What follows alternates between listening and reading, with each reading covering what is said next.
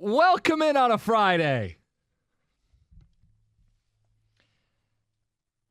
Rico, I want to know if people will admit to something.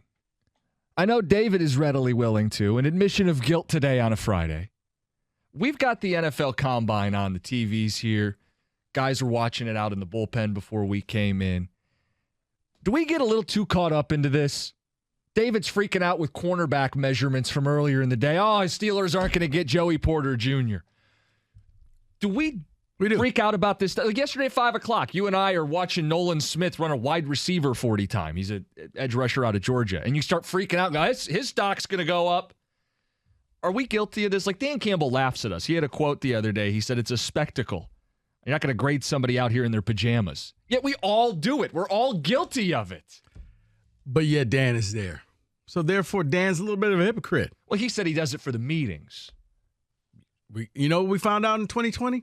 You can do meetings through Zoom. You don't have to be there. You're there because you choose to be there. So it's easy to say, I don't really care about all of this stuff. That's for all these other people, but yet you're here. So I'm not buying it, Dan. You're there just like everybody else. You want to know why we are so fascinated with the Combine? Why? It is the only sport where you get instant access and you find out instantly what happens next year. It correlates. Baseball and hockey, 3-4 years down the line. Yep.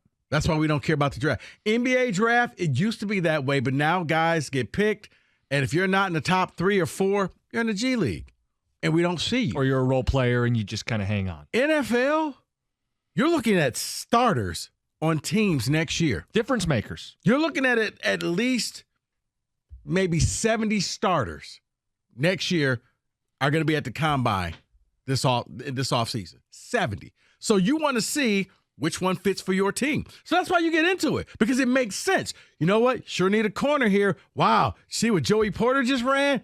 Ooh, look how good he would be in this defense. Oh, my God. You see that? That's why. And it's the NFL. It's football. Yeah. We love football. We love real football. We don't like fake football.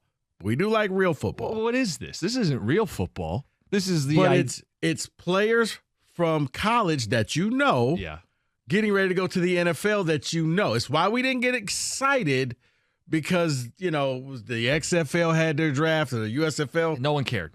Right. You're like, oh, I remember him. Oh, yeah. Yeah, that guy, yeah. The Panthers selected, what is it, Mike Martin or whoever? It's your guy, Horst. Well, it wasn't pitcher Horst. I know. But just so people know from behind the scenes here, David's going to be mixing in. We're going to be like betting on the over-under 40-yard dashes in the background of the show today. Rico's got a sack of quarters to wager on these 40 times throughout the day. We are hopelessly addicted to this stuff, and I just want to know if other people will cop to it and admit to it too. Because we can all acknowledge it is guys in their pajamas, as Dan Campbell says. It is not a perfect translation. You're not going to run 40 yards in a straight line very often.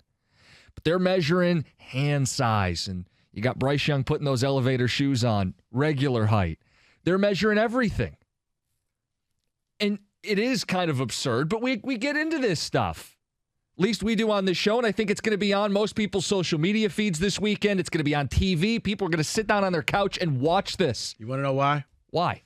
Because it's the NFL? Yep. And I'll tell you, for those who, I don't care, it's the same reason come the last week of April, everybody's watching the draft. It's not real football. Nope. But the NFL marketed on Thursday. Everybody, we'll probably do another thing where all the hosts will be online watching it together. Mm-hmm. Because people get excited about this, because this is the only sport that within 7-8 months, these guys will be playing for your team, and you get to see exactly. It's not, you don't draft them and they don't go to the minors and you forget about them. They're going to play. You know what I think it is too?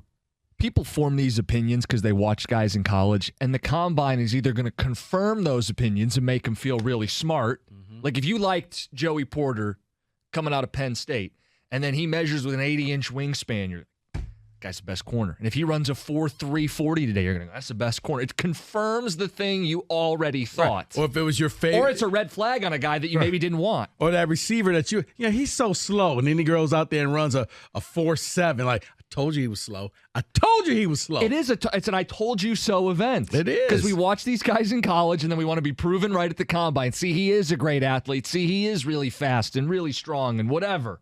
He is really short.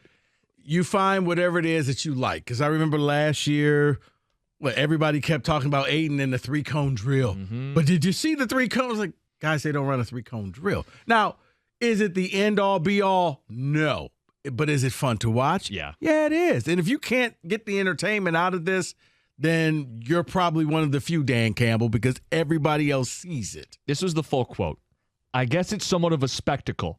To me, it's more at this point just to be able to sit with these guys, get the medicals during the week, to be able to do the interviews. That's the biggest part. It's not even about working out.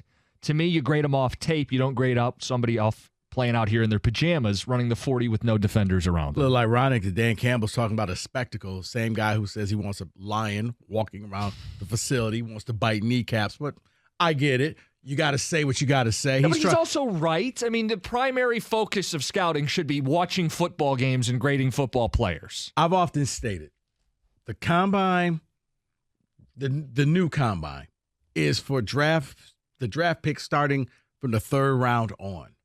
Because if you're choosing between these 3 guys, I need a tiebreaker. So maybe if you and I are the president and general manager, we'll say, okay, we're going to allow the 40. Whoever runs the fastest 40 is the guy we're going to take.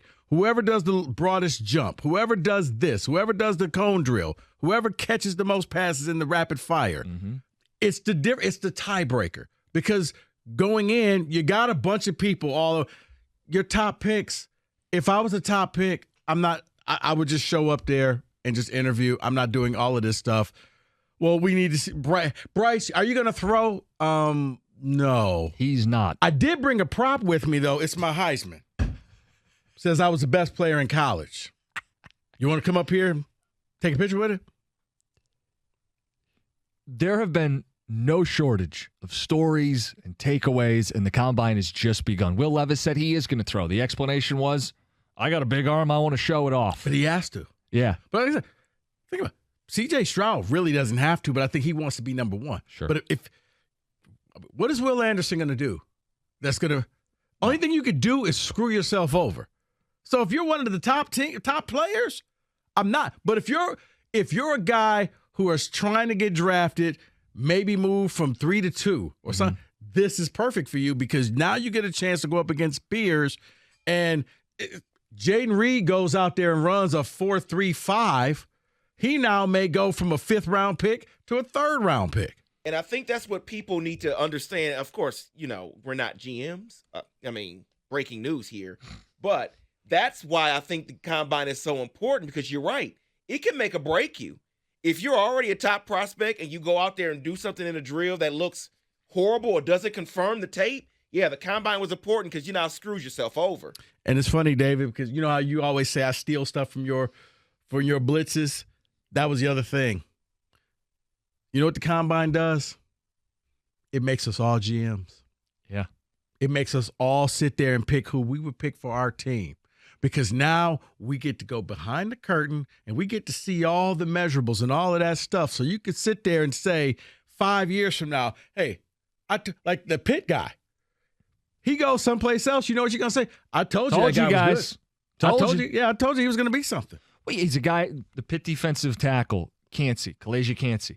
He ran the fastest 40 for a defensive tackle in 20 years. Now, how often is a defensive tackle going to be asked to run 40 yards in a straight line? The answer is probably 0 times in every game they play. However, you look at 10-yard burst, and you go, that's an athlete, and that's a guy I want. And it's confirmation. If you liked him before the combine, now it's like, hey, I can stick my chest out and tell everybody, no, you're told right. you so. Cookies, you're right, because a coach told me, bench pressing, because we were like, oh, how many reps did you put up? He was like, I don't really care. Right. Because if my offensive or defensive lineman is bench pressing that much weight, it means they got pancakes. Yeah, and after he said that, pretty much, it was like the light bulb went on. I was like, I'd never really looked at it that way. He's like, yeah, If you got to push that much weight off of you, you got pancakes, son. So everybody looks for things. Some coaches are looking for, quick feet. Some folks are looking at, what's his hands. And other folks are looking, can he jump high? The long jump. Everybody has that different thing that you think, I know something that these do. See, they're too busy looking at this. I'm looking at this. It sounds silly, but every year there's examples of guys who perform well at the combine, whose stock goes up. And every coach can say it doesn't matter, but it happens every year. And the opposite is true. A couple guys start falling from stuff that happens this week at the combine. Two of those guys that could fall into the Lions' lap we're going to do at 3 o'clock. 248-539-9797. Will you admit it? Guilty pleasure, the combine, the measurements, the 40s. Let's go to Jim. You're on 97.1. Hey, guys. Great. Thanks for taking my call. Great subject today. So the combine is basically, like in business, I guess you'd call it KPIs, right? Key performance indicators. My question is, and I love it, why don't we do that for every sport? Why can't we make that kind of stuff, why doesn't the NBA take on that and get the extra exposure, or the NBA? Or the NHL. They do. Well, Jim, they do. The NBA has the Portsmouth camp, but nobody cares about it. No, because here's the thing. Here's the other thing that separates and makes this happen. You've watched guys play for 3, 4, 5 years at all these colleges. Correct. Whereas the NBA, high school, 1 year in, European player. you don't know them, so you don't really have that allegiance where you could say, oh, my God, I saw this guy playing for Fresno State. And just wait till you see this quarterback, or wait till you see this guy. And you don't have that. And in baseball and hockey, it's they have minor leagues. Yeah. But no one really cares unless you're visiting Florida or Phoenix. People don't feel strongly about who's good. They can read an article and pretend. But you don't have to pretend with football. You watch these guys. Yeah, you know what? You'll know within 1 or 2 years whether this guy was a success or a bust. Baseball, Jim, it could be 6 years before you see somebody and say, wow, the 6-year overnight sensation. Well, you draft a kid. Let's use the Tigers a few years ago took Jackson Jobe, this high school pitcher. It's going to be a couple years, and then a couple years. And some of these guys, not saying it's going to be him, but some of these guys end up having surgery, and then it's a couple more years. Like, oh, yeah, remember they drafted him 8 seasons ago? Yeah, what was that? It was like 2015? Yeah.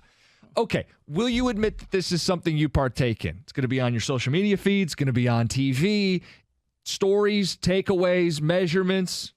Yes. Does it have you feeling that way? It's 97.1.